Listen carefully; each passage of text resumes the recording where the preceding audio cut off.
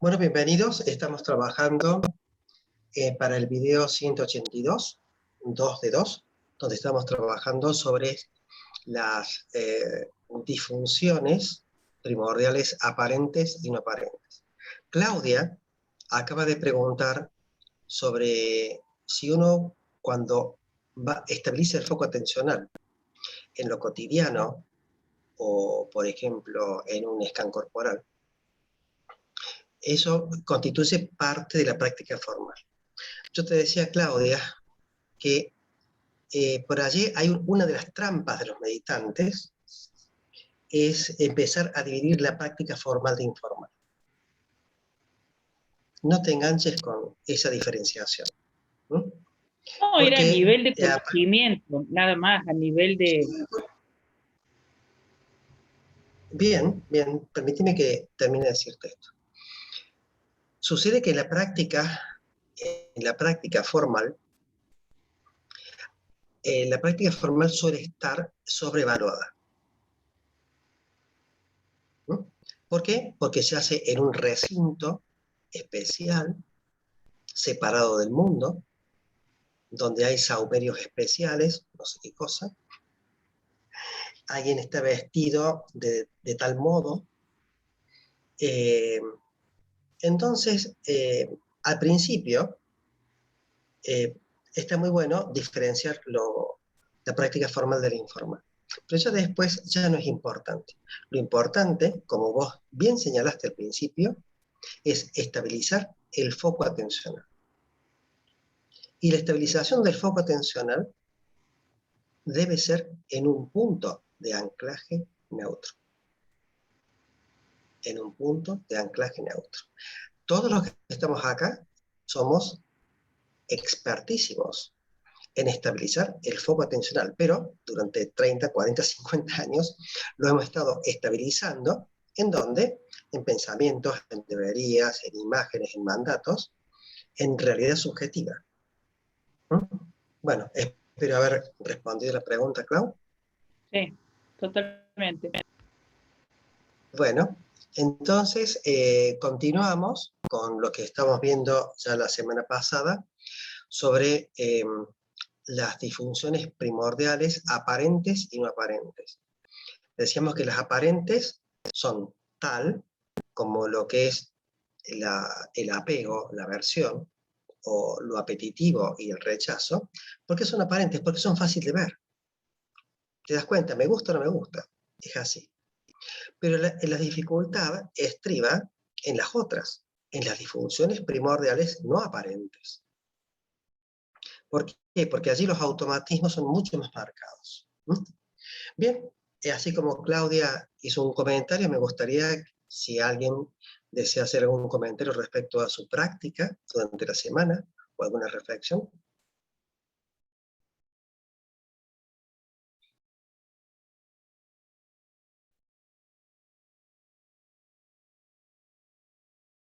Bien. Cecilia, ¿podés contarnos qué sigue de las disfunciones primordiales no aparentes? ¿Cuáles son? ¿Puedo hablar un poquito de lo que me pasó en la semana? Sí, por supuesto, claro que Sí. sí. Bueno, Sí. justo estaba por activar el micrófono para solicitar. Eh, Esta semana, más que todo el fin de semana, eh, me doy cuenta que hay momentos que no lo sé abordar, que, que me cuesta, que estar en situaciones que le pongo el rechazo, siento el rechazo a estar en esa situación. eh, y bueno, lo pude observar, pude estar atenta a esas emociones, a esas percepciones donde ya estaba incorporado el cuerpo, de que no tenía ganas de estar ahí, pero sabía que tenía que estarlo, pero sabía que era el momento que había que pasar, que había que abordar, que había que eh, poner mi predisposición para estar. Y me fue re difícil, más allá que lo observé. Eso quería Bien. compartir. Vos sabés, Ceci, primero gracias por compartir, ¿no? La práctica es lo íntimo. la práctica y lo doméstico. Eso es fundamental. Entonces, que uno no lo haya pasado bien, si uno lo traduce en lo que estamos trabajando, es porque hay expectativas y resistencia. Y si hay expectativas y resistencia, por debajo de eso está la ignorancia. Y por debajo de eso, lo que está es que no estás discerniendo. No puedo discernir. ¿Qué es lo que hay que discernir? Lo real de la realidad subjetiva. No quiero estar ahí, pero el presente demanda que yo esté allí. Por lo tanto, hay que atender lo que se debe atender y no otra cosa. La práctica es sencillamente fructífera desde el punto que vos tomaste para abordarla. Observar qué cosa. Y mira, qué sentir molesta. Observar qué cosa. No quiero estar aquí. Pero vos fíjate que no son automatismos. Vos sos consciente de esa resistencia. Y el ser consciente de esa resistencia es lo que va a cimentar tu práctica, Ceci. Acordate que dentro del sufrimiento primario, y vamos de paso a repasar para todo sufrimiento primario, luego tenemos el sufrimiento secundario y el sufrimiento inmanente. Vamos a hablar del sufrimiento primario. Las 7 causas del sufrimiento primario son el nacimiento, del cual generalmente no somos conscientes, salvo nuestra madre, seguramente. El segundo es el enfermar. El tercero, el envejecimiento. El cuarto, el morir. El quinto, Ceci, estar cerca de personas que uno no quiere estar. El sexto es estar lejos de los que uno quiere estar. Y séptimo, que los deseos no se cumplan.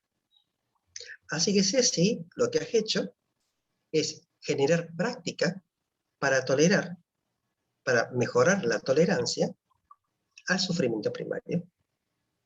Por supuesto que apareció luego por allí sufrimiento secundario, a partir de la estructura infantil, del ego, la ignorancia y la aversión. Y toda la cascada. Pero lo importante de esto es que vos logres la observación. Cuando vos logres la observación, eso te va a llevar a una toma de conciencia de la toma de conciencia. Eso es el awareness del awareness. ¿No? Entonces, allí, si bien percibías dentro tuyo una ruptura de la homeostasis, una ruptura del equilibrio emocional, por decir así, no ruptura del equilibrio emocional, perdón, una ruptura de la homeostasis, porque uno obviamente prefiere estar onda re-eudaimonia. Que diga, todos queremos estar así, pero la vida es eso. Y si pretendemos estar permanentemente ahí, nos estamos olvidando del principio de Juan Carlos Sereno, ¿no? El principio de impermanencia. ¿Queda? Es así. Pero la práctica es eso, Ceci, es observar el malestar, y a pesar de que hay una activación dentro tuyo que busca, de modo no hábil, mandarte a mudar de allí para no estar con esa gente que te es tóxica o que vos no toleras, sin embargo, te quedaste allí aprendiendo a tolerar el malestar.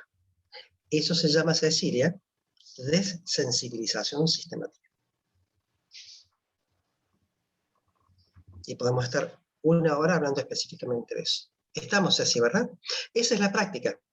Mira, Claudia, eso que se acaba de señalar Cecilia, eso es lo que va a cimentar a la larga los cambios dentro del sistema nervioso, tanto del número de células como el volumen de las células nerviosas. Felicitaciones, Ceci. O sea que la práctica nada tiene que ver con que la pases bien. La práctica es aprender a rescatarte en la medida de las posibilidades cuando estés mal. Y el observar, seguramente que hizo que a pesar de que surgía el malestar en vos, automáticamente generabas una observación y ese malestar se reducía, ¿verdad? Aunque sea un poquito, aunque sea un poquito. ¿Fue así, Ceci? Tal cual, tal cual. Cuando yo dejaba de pensar en qué mal la estoy pasando, y decía, y veía el presente tal cual era, ya no había tanto malestar, porque decís, bueno, esto se aborda como se puede, como esto de la aceptación, ¿no? Cómo se empieza a, a mezclar y todo tiene que ver con todo, ¿no? Y bueno, eso. Bueno, eso. Acá llegó la reina de la aceptación radical, Maya Hidalgo, la licenciada ecuatoriana, ¿no, Maya? Eso, ahí. Bueno, bárbaro. ¿Algún comentario más respecto a la práctica? Maya. Pablo, cierra el micrófono, por favor. Gracias, hola con todos y todas. Bueno, yo también he estado siguiendo un poco lo que decía Cecilia, también, bueno, creo que nos pasa a todos, pero, y la otra vez compartía contigo, Julio, el tema de convertirme en una observadora, ¿no es cierto? Entonces a veces digo, no, creo que estoy observando todo, creo que estoy observando todo, y es verdad que me causa como, o sea, el solamente observar y ponerme en esa posición es como que ya me causa una disonancia, o sea, como que, digo, a ver, o sea, no me voy a comer esto, no me voy a comer este viaje, no me voy a convertir en las iras, y esa disonancia como que va activando ciertas como pautas de la práctica, entonces voy diciendo, bueno, esto es impermanente, esto es una interpretación mía, esto está pasando así, no voy a llenarme de pensamientos, pero yo te quería preguntar si en algún momento de la práctica, aunque no va a suceder siempre, pero uno puede llegar a generar, digamos, circuitos neuronales en los que ya estas cosas pasan como menos, o sea, con la práctica van pasando, ya no solamente observas, sino ya no entras tanto en eso de que estoy molesta, estoy enojado, y te sales en un momento también de observador, porque sí me ayuda muchísimo, muchísimo el estar. Antes entraba de una, ahora por lo menos tomo distancia. Bien, Maya, eso que acabas de decir, fíjate vos cómo se continúa. Voy a tratar de responder tu pregunta. Si no soy claro, me interrumpes. Vos logras perfectamente, porque ya hace tiempo que vos practicas, puedes perfectamente establecerte en el nivel de conciencia 2. Y has perfectamente estado en nivel de conciencia 3. No hay ningún problema. ¿Qué es lo que sucede? Cecilia, cierra el micrófono, por favor. Cecilia López. Gracias. Entonces, Maya, vos te estableces en un nivel de conciencia 2, que es el observador. ¿Sí? Bueno, a partir de ahora, para todos, a ese nivel de conciencia 2 del observador, que corresponde también, ¿se acuerdan a ustedes al espacio de vacuidad que hay entre pensamiento y pensamiento? Estamos, ¿verdad? Bien, a ese nivel de vacuidad le vamos a llamar a partir de ahora vacuidad tipo 1. ¿No? Después les voy a contar de otro tipo de vacuidad que hay dos tipos. Entonces, vos te estableces el nivel de conciencia 2. Te estableces la vacuidad y desde ese lugar como testigo puedes observar los acontecimientos. Hasta ahí estamos, ¿verdad? Bien, ¿qué es lo que sucede, Maya? Y presta atención a esto. La activación del diálogo interno y el sostenimiento del diálogo interno automáticamente te va a sacar del nivel de conciencia 2.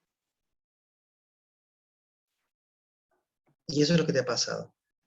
Estabas en nivel de conciencia 2, aparece el diálogo interno y bajas al 1. 2, 1, 2, 1, 2, 1, 2, 1.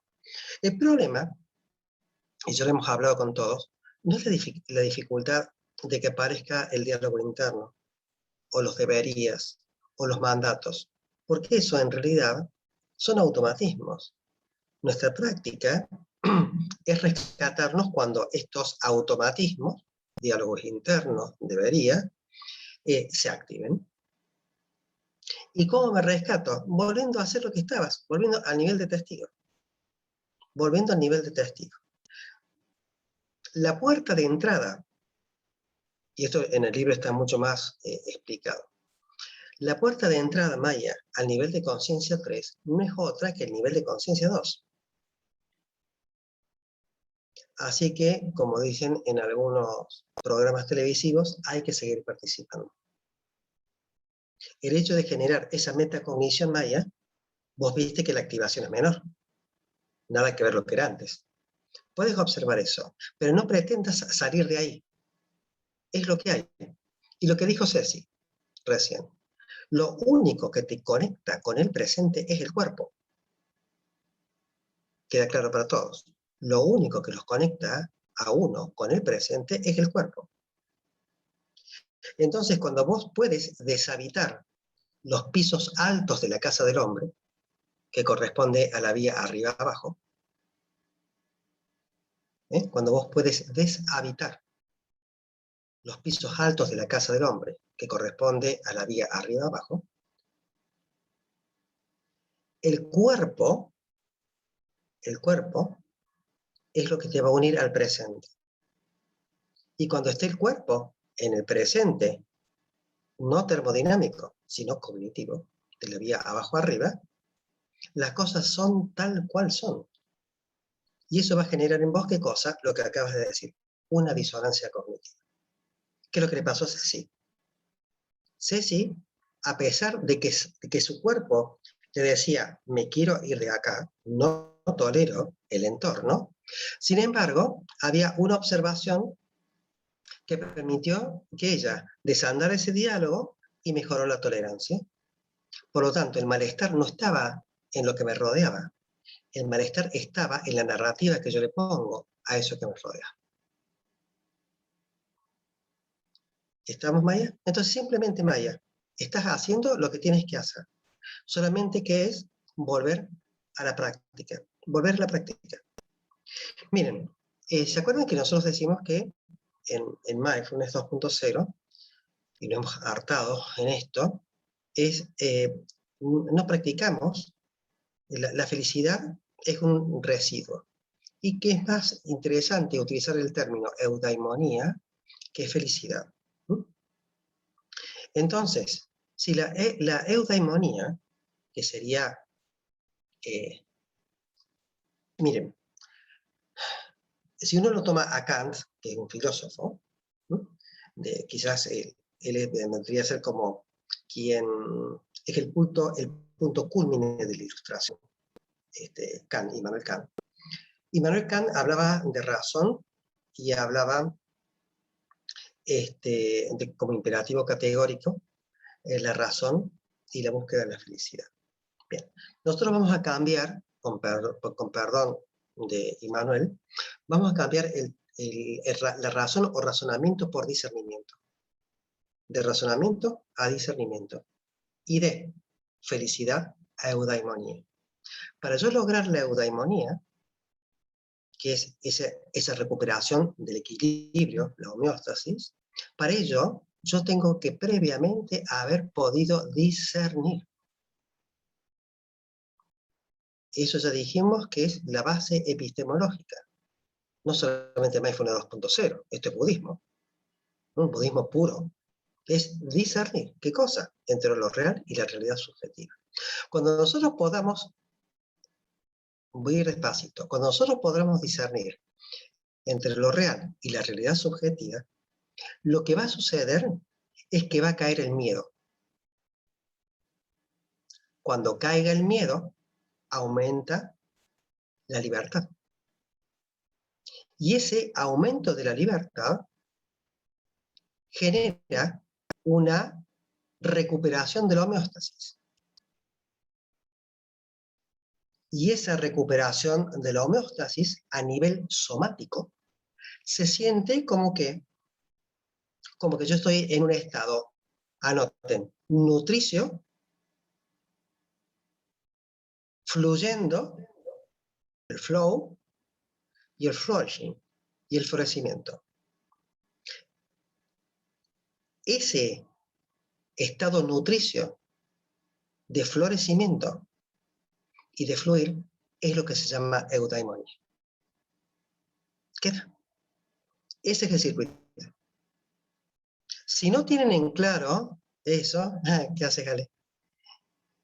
Si no tienen en claro eso, están totalmente perdidos. ¿Queda? No complique, ¿verdad? ¿Entendieron eso? Lo repito rápidamente. Entonces, la base epistemológica de todo conocimiento en la práctica Mindfulness 2.0 surge del discernimiento. Julio, ¿qué era lo que discerníamos? No me acuerdo, lo real de la realidad subjetiva. ¿Por qué? Porque tenemos presente que un pensamiento, una emoción o una sensación solamente es un paquete de información. Y muchos de esos paquetes, como los pensamientos, deberías, son, ¿qué cosa? Símbolos. Son símbolos. Bien, entonces puedo discernir. Entonces, es preferible la palabra discernimiento a razonamiento. Les pediría que la palabra razonamiento la quiten del diccionario. Entonces, no vamos a razonar nada, porque va a decir la razón es como que tienes que poner, che, hay que ponerle huevos, hay que poner voluntad, hay que razonar. No, no. O ustedes que han logrado algunos estadios de eudaimonía, ¿surge con esfuerzo? ¿O porque lo han razonado? Para nada. Ese es el sentido de la práctica. Entonces, yo discierno entre lo real y la realidad subjetiva. Ello me lleva, de este discernimiento, ya no usamos la palabra razonamiento, y en vez de felicidad usamos eudaimonía. Yo prescindo de la razón, prescindo de la voluntad. Esto simplemente surge. Yo puedo discernir, porque antes, ¿qué cosa he hecho? Estabilizar el foco atencional. No se olviden de ello. ¿En qué? En puntos de anclaje neutros. Estabilizo el foco atencional en puntos de anclaje neutros. Ello me lleva a poder discernir. ¿Entre qué? Entre lo real y la realidad subjetiva. Cuando yo puedo discernir, obviamente no entro en la cadena de origen dependiente. No entro en la ignorancia. Por lo tanto, si yo puedo discernir y no entro en ignorancia, automáticamente el miedo cae. Si cae el miedo, ¿aumenta qué? La libertad. Y la percepción somática, o podemos decirlo así. Julio, si vos tuvieras que definir cuál es la emoción que acompaña a la palabra libertad, yo les diría que es eudaimonía. Entonces la eudaimonía es la manifestación somática percibida, y le ponemos un título, eudaimonía, puede haber sido vaso, cualquier cosa. Eudaimonía, y esa eudaimonía, ¿cómo la reconozco? La reconozco porque la percepción somática es nutricia, es de fluir y es de florecer. Y por supuesto, de serena observancia, como ya lo dijimos antes. Entonces, todos esos elementos constituyen a esa emoción que se denomina eudaimonía. ¿Queda? Ahí voy a vivir. Lo paradójico de esto es que nunca busquen ustedes llegar a la eudaimonía. Lo único que tienen que hacer es estabilizar el foco atencional. Nunca busquen la eudaimonía. Busquen estabilizar el foco atencional en un punto de anclaje neutro. Lo demás surge. Pero no busquen la finalidad. Eso se llama, los que son más viejos en esto, eso se llama Mushotoku. Mushotoku.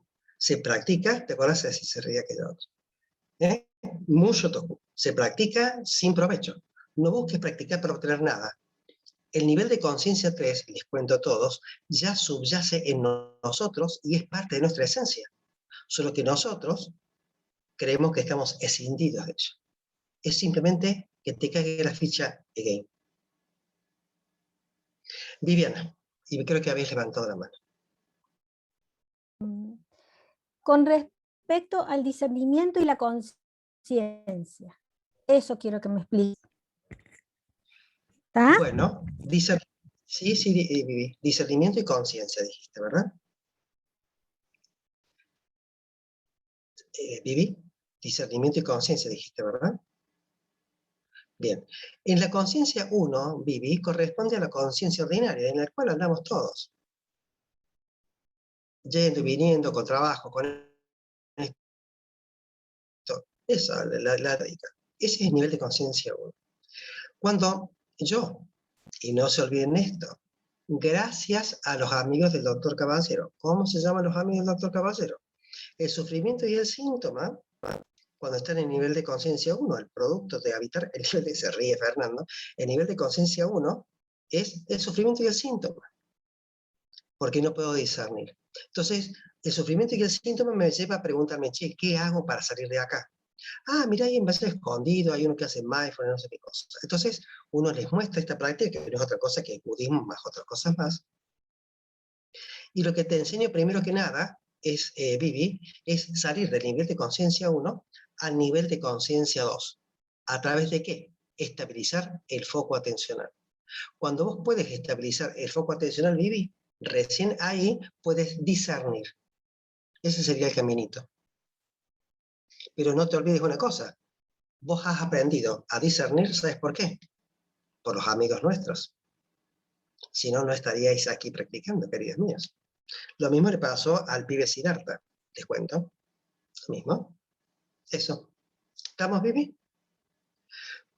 Y cuando vos te estableces, Vivi, en el nivel de conciencia 2, eso es como un río.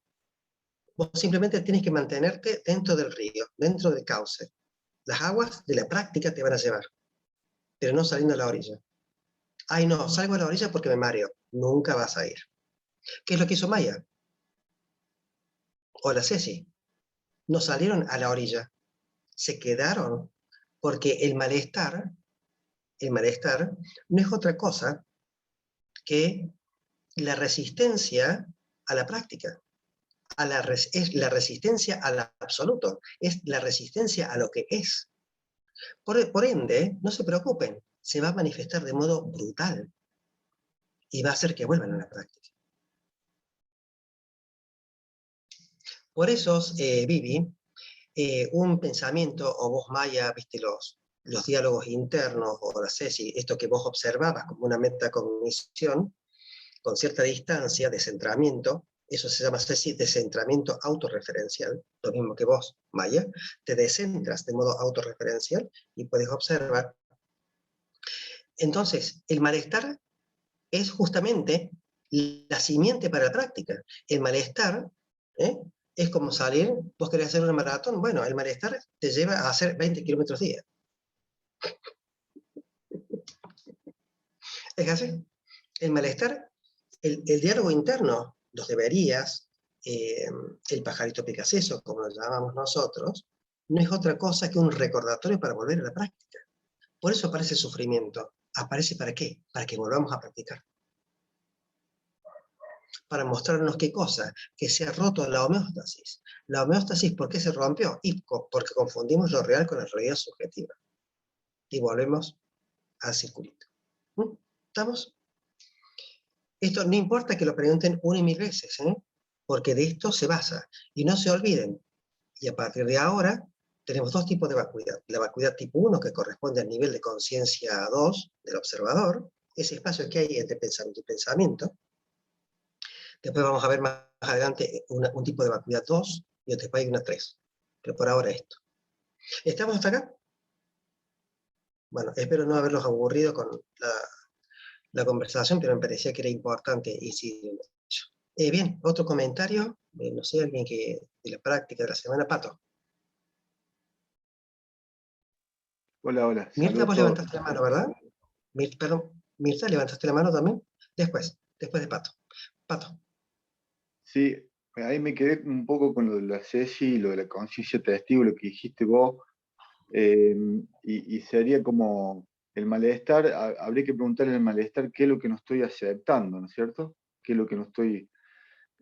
Porque si surge, y un pequeño truco que se puede hacer, o yo lo utilizo utilizando tu propuesta de la conciencia testigo, es, yo me llamo Pérez, digamos. Bueno, vamos a sentarlo Pérez acá, a ver, lo sentamos acá, Pérez, a ver qué pasa, qué es lo que siente, y con ese desdoblamiento es como que utilizamos el ego como un instrumento también, así que como una cosa operativa.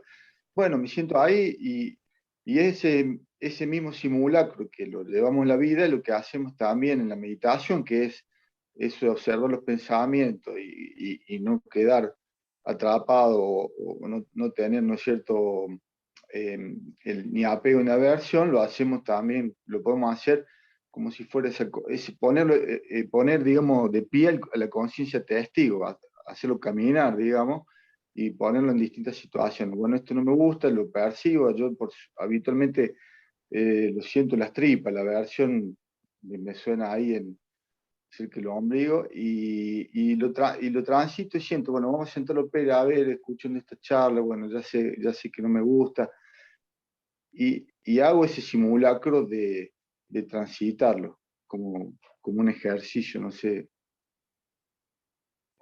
Es que hay que desarrollar el método empírico. Claro. Eso vas a crear vos tu propia heurística a partir del empirismo, porque cada uno va generando su propia práctica. Cada Claro. uno va a generar su propia práctica. Si muchas cosas que las que yo pongo acá, pero por supuesto que son todas cosas de mindfulness, de budismo, de filosofía, pero hay un montón de cosas que no están en ningún lado. Justamente porque uno rompe también de algún modo con esa cuestión institucionalista. Si no, todavía andaría pelado y vestido de negro. Ese tipo de cosas, ¿no? Que para mí no fue, para otro pues, todo bien. Bueno, entonces, Mirta, por favor. Julio, mira, yo me quedé enganchada con lo que... ¿Me escuchás? ¿Me escuchás bien? Sí. Sí. Me quedé enganchada con lo que dijo Claudia respecto al estabilizar el foco atencional formal, digamos, la práctica formal. Si vos nos enseñaste determinadas, por así decirlo, normas en cuanto a seguir en posiciones, en todas esas referencias, deben tener su base, digamos, su base fundamentalista en el porqué de esa forma. Te explico en qué lo siento yo. Yo por ahí en la noche, como te comentó la otra vez Perla, me sé despertar, ¿viste? Y me cuesta retomar el sueño. Entonces trato de estabilizar el foco en la práctica formal, pero como que me falta por ahí esa posición, digamos así, el ubicarme, el sentarme a lo mejor en la cama, ubicarme de otra forma. Entonces, supongo que todo esto que vos nos has enseñado debe tener su fundamento. Yo lo que voy que me quedé enganchada por eso que dijo, que le explicaste, Claudia, que de la focalización formal pasamos a la informal, digamos que después se hace prácticamente una sola. Entonces, yo digo, alguna razón debe tener, ¿no? ¿O estoy confundida? Es que tiene... No, está muy bien lo que estás diciendo, Mirta, ¿eh? Lo tiene, pero al mismo tiempo no lo tiene. Ah, ahora sí. Ahora. Te voy a poner un ejemplo de tipo imperativo categórico moral. Siempre hay que decir la verdad. ¿Siempre? No. Una verdad que busca dañar no es una verdad, dice el maestro Cuervo. ¿Está? Entonces, Mirta, animarse a cuestionar los dogmas. Entonces uno sale de la tabla de Excel. I'm watching you. I'm watching you. Y a Coria también. Ahí está Alberto por ahí. Entonces salir justamente de los esquemas. Salir de los esquemas. Pues mira, yo cuando me ordené en Francia, al maestro Cosen se le podía hacer una pregunta al año. Muero. Una sola pregunta. Bueno, eso depende del grado de tu sufrimiento. Como yo sufría mucho, yo tenía mucha paciencia. ¿Mm? Entonces, no me acuerdo si fue antes o después de la ordenación, pero fue en ese retiro de verano, en esos días, cuando le pregunto a él, le digo, mira, yo soy médico Dice, sí, doctor, ya sé, has atendido a varios acá que se intoxican con comida y comen como locos. Sí, maestro, sí. Le hago una pregunta. En la práctica, yo soy médico y atiendo obviamente a gente muy enferma de todo. Sí, doctor, ya lo sabía. Pregúnteme con libertad. Bueno, ¿qué pasa si una persona no tiene una pierna y decide venir a meditar al dojo que yo tengo? Ah, entonces no puede meditar con la gente dentro del dojo. Porque el dojo solamente se practica en Safu, que es el almohadón, con las piernas en loto o semiloto. Esa persona tiene que meditar con los zapatos fuera del dojo. Fue la última pregunta que le hice. ¿Queda? Entonces, puede ser, espero que no pase nunca en tu vida, que no tengas piernas para sentarte. O tengas una escara en el culo, como nos puede pasar a todos cuando seamos viejos. ¿Qué vas a hacer? ¿No? Eso. ¿Qué les pasó a ustedes cuando, se ríe Alberto, qué les pasó a ustedes cuando estaban en Brasil? Antes no podían faltar nunca a la farmacia.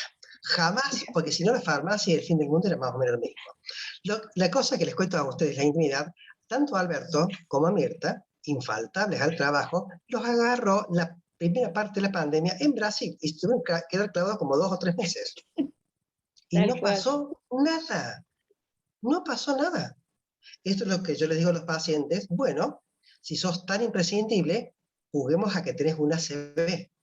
Juguemos a que tenés una ACV. Ay, porque si no atiendo yo a mi hijo de este modo, nadie lo va a atender. Bueno, ¿vos te crees que tu hijo no va a sobrevivir? Yo algo que me ayudó a mí como papá, muchísimo, y lo tenía aquí agendado, lo he puesto en casa, pasa que yo, después que más o menos le entiendo la cosa, lo borro, es que, por ejemplo, los hijos, así había anotado yo, los hijos van a caminar sin mí igualmente. Lo vi ese Mi cartel mundo, en tu casa. ¿sí? ¿Te acordás cuando vinieron al retiro? Los hijos van a caminar igualmente sin uno. Así que, ¿desde dónde nos jugamos tan omnipotentes? Y eso no es otra cosa que la expectativa sobre el control. ¿No? Bien, eso es. Gracias, Julio. Marta. Gracias, Ale. Me había parecido que vos, Marta, ibas a decir algo. No, solo quería decir que tenía la misma frase anotada en mi vidrio, en el En la vidrio de la cocina. cocina. ¿Sí? El vidrio de la cocina sin mí van a caminar igualmente. Eso es. No somos imprescindibles. Pero el mundo, la conciencia madre, el absoluto, no sería lo que es hoy si no estuviéramos nosotros presentes también, ¿saben? Eso es causalidad inmanente.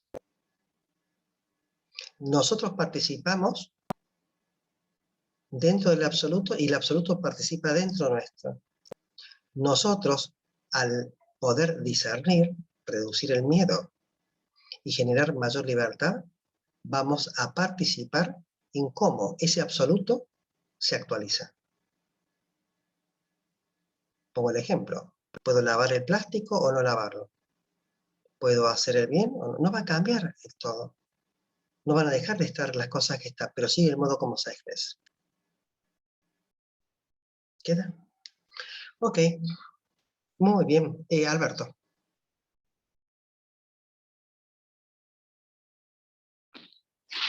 Cuando recién explicaste que la verdad no es absoluta, ¿sí? Perdón, Alberto, ¿hay un ruido ahí? Perdón. No, puede ser el microfonito de esto que no anda. Ahí está. Acércate un poquito más. Está bien. Cuando recién explicaste que la verdad no es absoluta, ¿sí? O sea, que tu maestro recién te decía que si no estabas en determinada posición, si no estabas descalzo, no estabas en una verdadera, ¿sí? no termino de entender qué quieres decir con eso. Es decir, si la verdad no es absoluta, o lo que te quiso decir es que si no estabas en esa posición, no estabas compenetrado en lo que él te estaba diciendo. No sé si me explico. No, sí, te entiendo perfectamente y voy a profundizar en eso. Vos ibas a un retiro, ¿no? Y si no tenías la postura adecuada, no podías entrar a meditar con los otros.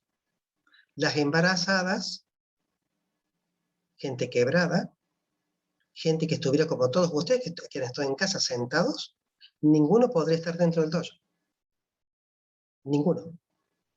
Y eso no es la verdad, Alberto, esa es la tradición. Entonces es importante romper con la tradición. Les voy a contar un ejemplo que es gracioso. ¿Quedó, Alberto? Les voy a contar un ejemplo gracioso. Resulta ser que va un abad a un templo menor, digamos, que dependía de la abadía mayor. Entonces, bueno, llega, todo perfecto, estaba, bueno, hacen meditación. Entonces, bueno, cuando van a comer, el papel de la cocina y el tenso. Tenso significa cocinero en japonés, tenso, tenso. El tenso es muy importante. Entonces el maestro viejo, abad del templo mayor, le dice al abad de este templo menor que quiero conocer al tenso para saludarlo. Muchas veces los tensos, los cocineros, son los que luego han sido abades, para que tengan una idea de la importancia del tenso en la tradición, sobre todo en el Zen. Entonces entra, y el tenso, medio chupamedias, había preparado la cocina, una comida, Alberto, tradicional del templo mayor, de este templo, el templo madre, digamos, ¿no? Entonces, bueno, lo saluda al maestro, al tenso, y dice, qué rico olor, tenso, ¿qué ha preparado? Ah, maestro, hemos preparado el plato típico del templo madre. ¿Y qué es? Ah, me imagino, los peces, sí, los peces, pero en la disposición según la tradición. O sea que aparentemente era como, si no lo hacían con la tradición, estaba para mierda hecho el pescado. ¿Está? Entonces el maestro dice, ah, muy interesante, mostrame entonces, contame de la tradición. Pero ¿cómo? Le voy a contar a usted que viene del templo. No, cuénteme cuál es la tradición. Bueno, saca la fuente, los pescados perfectos, una cocina inmensa, inmensa. Los pescados perfectamente cocidos, con todas las comidas que iban a acompañar, y los pescados estaban puestos en la fuente, pero en vez de estar puestos así, estaban puestos así. Todos como paraditos en la fuente. Entonces el maestro dice, ah, pero se ve, tiene una pinta bárbaro esto. Sí, hemos hecho así con los tiempos y la tradición, y seguía con la tradición y la tradición. Entonces el viejo, que no sabía de qué mierda tradición estaba hablando, le pregunta, che, Tenso, ¿a qué tradición te referís? Pero, maestro, la tradición de poner los peces para que la comida sea perfecta, tienen que estar los peces orientados de este modo. ¿Y de dónde sacaste eso que es tradición? Bueno, todo el mundo lo sabe, es la costumbre. Entonces el maestro grande le dice, mirá, nosotros teníamos una cocina que permitía solamente bandejas chiquitas, por eso ponemos el pez así, pero ponerlos así, con la cantidad de espacio que tienen ustedes, es al pedo.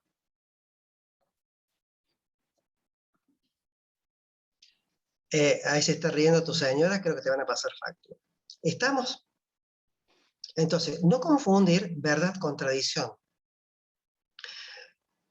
Algo que está en el libro, y yo lo hemos hablado con ustedes, es necesario que ustedes estén de acuerdo con las preguntas, no con las respuestas. ¿Qué es lo que nos sucede? Nos quedamos con las respuestas que nos han dado nuestros padres. o nuestros abuelos. Esas respuestas que nos han dado nuestros padres y nuestros abuelos, ¿cómo se llaman? Mandatos. Que no es otra cosa que una herencia, ¿para qué? Para sobrevivir. Pero claro, pero esa herencia para sobrevivir era en un entorno de hace 100 años atrás, no ahora. Por eso es importante que ustedes no crean en lo que yo les digo. Eso es lo paradojal. ¿Estamos, Alberto? No crean lo que yo les digo. Tienen que creer en su práctica. Jamás creen lo que les están diciendo. Entonces, cuando Estefan, el maestro Cosen, me dijo esto a mí, digo, está bien, está todo bien, te agradezco, gallo, pero, por supuesto, no se lo dije nada, no aparecí nunca más. 5 preguntas les hice. Nunca más fui. Nunca más. Y me fui, y eso es común en la práctica budista, los monjes van buscando, se llaman monjes peregrinos, vas buscando distintos maestros para ir tomando ciertas cosas. Por ejemplo, en la tradición donde yo me formé, era únicamente la cara contra la pared. ¿Viste cuando vos viniste a meditar a casa, Alberto, que todos nos veíamos, estaban sentados en silla? Bueno, si los que estaban sentados en silla, ninguno podía estar dentro del dojo, si yo hubiera seguido la tradición. Y a mí me interesa seguir la tradición o aliviar el sufrimiento. No, aliviar el sufrimiento, me importa un carajo la tradición. ¿Entiendes? Por eso constantemente voy y rompo con eso. Y hago como bromas, digo, bueno, y esto, es el Buda. No, esto es una cosa que yo lo compré en una tienda, me salió 5 pesos. Acá abajo tiene el precio. Ya no tiene más el precio, se perdió hace rato. Pero lo importante es romper con el molde que viene. Si no, volvemos a engancharnos, como pasa con el cristianismo. Terminan hablando del dedo que apunta a la luna y no de la luna. Entonces es la locura total. Bien, ¿estamos hasta aquí entonces? Bueno, no sé, ¿alguien más que quiera hacer un comentario? Andrea, la mujer de la verdulería, López, Perla, Pablín, Fer, Juancho, Grace, está la Bibi, Silvi, Grace. Digamos, enganchando lo que estás diciendo con algo que vos me decías en el último encuentro individual, que me gustaría compartirlo con todos. Cuando yo preguntaba, bueno, ¿cuál es la referencia si vamos desarmando todos los mandatos, las creencias y vamos como sistemáticamente quedándonos con las preguntas, ignorando las respuestas que teníamos? Vos me decías que vas a aprender de lo absoluto, no del maestro, sino de lo absoluto. Yo digo, ¿sería esto entonces lo que estás diciendo? Que cuando nos despojamos y nos quedamos con la pregunta, reconociendo que es el mandato, a partir de la propia práctica encarnamos la enseñanza. Es el absoluto, Grace, gracias por incidir en ello, el absoluto es el maestro. Yo no les muestro nada que no sea lo aprendido desde el absoluto, no solamente yo, sino en la práctica de uno, sino de todos los maestros. No es que uno enseña la no dualidad. La no dualidad es la que te termina enseñando. La no dualidad es lo que te termina enseñando. Es la práctica, es la enseñanza que surge del absoluto. Por eso, a la larga, en la práctica budista y en otras, te van a decir, de eso no se habla. ¿Cómo es la iluminación? De eso no se habla. Y por supuesto hay ríos de tinta, porque de eso se habla. Pero no hay que buscarla como tal. Simplemente confiar que la práctica te va a llevar. Pero, para esto ya para Alberto y para Mirta, pero cuando la tradición vaya por fuera del sentido común,